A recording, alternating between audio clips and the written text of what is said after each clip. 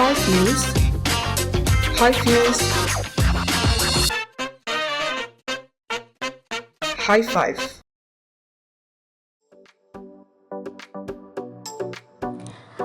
Hai sahabat Kompas.com, High Five kembali lagi dengan berita dan informasi terpopuler hari ini.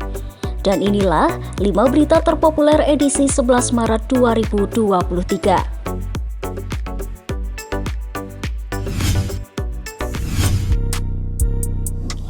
Menteri Keuangan Sri Mulyani Indrawati kembali memberikan penjelasan soal nilai transaksi surat PPATK pada 2009 hingga 2023. Di lingkungan Kementerian Keuangan sebesar 349 triliun.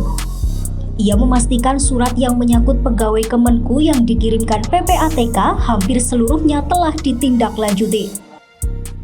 Tadi telah disampaikan oleh Pak Menko, 200 surat yang dikirim PPATK ke Kementerian Keuangan, 186 telah selesai ditindaklanjuti dan mengakibatkan hukuman disiplin bagi 193 pegawai. Ini periode 2009 hingga 2023. Hal itu ia ungkapkan dalam gelaran rapat kerja Komisi 3 DPR RI bersama Menteri Koordinator Bidang Politik, Hukum dan Keamanan Mahfud MD.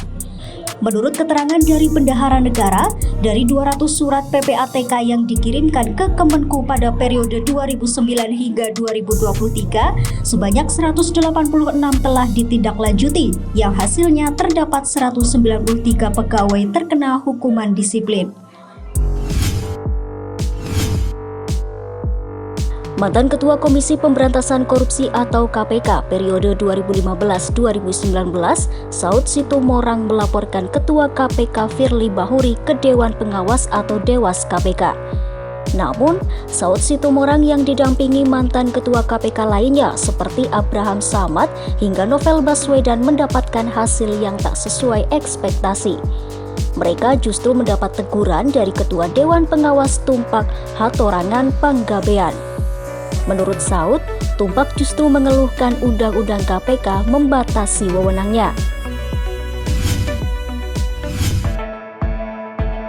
Hasil survei Lembaga Survei Indonesia atau LSI menunjukkan masa PDIP mayoritas mendukung Ganjar Pranowo untuk maju sebagai calon presiden dalam pemilu 2024. Dari 19,3% masa, sebanyak 50,2% mendukung pencapresan politikus PDIP itu. Namun demikian, ada 31,2% masa PDIP yang mendukung Ketua Umum Partai Gerindra Prabowo Subianto untuk maju sebagai calon presiden.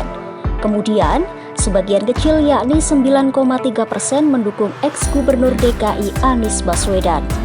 Diketahui, survei LSI ini digelar pada 31 Maret hingga 4 April 2023 dengan melibatkan 1.229 responden yang dipilih secara acak.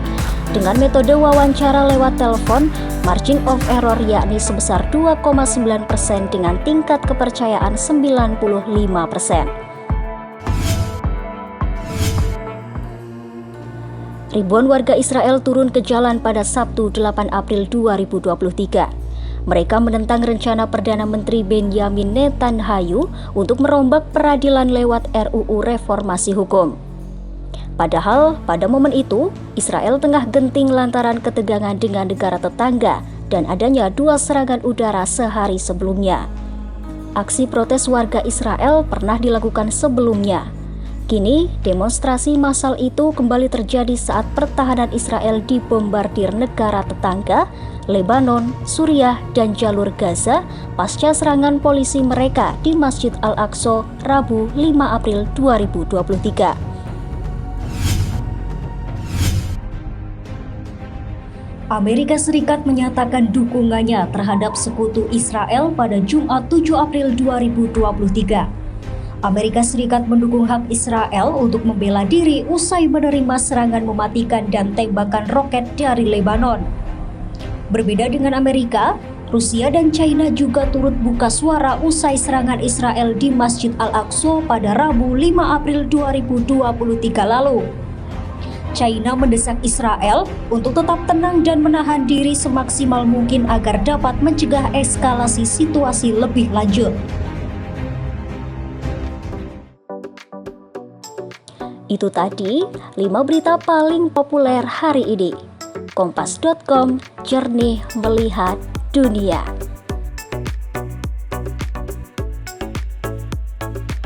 Five News, High Views, High Five.